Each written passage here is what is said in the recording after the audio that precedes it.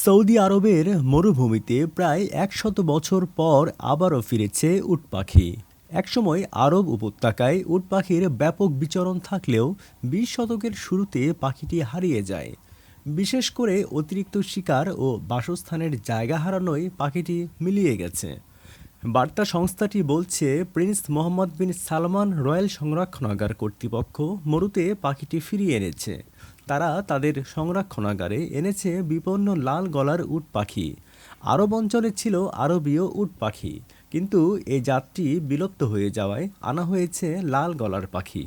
আরবীয় উট পাখির সঙ্গে জিনগত মিল থাকায় এবং মরুতে বেঁচে থাকার সামর্থ্য থাকায় লাল গলার উট পাখি আনা হয়েছে।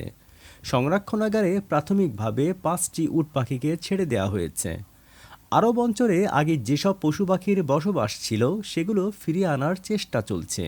সৌদির এই সংরক্ষণাগার ২৩টি বিলুপ্ত প্রাণী ফেরানোর প্রকল্প হাতে নিয়েছে। এর মধ্যে উট পাখি ১২তম প্রাণী, যেটিকে আবারও মরুতে আনা হলো।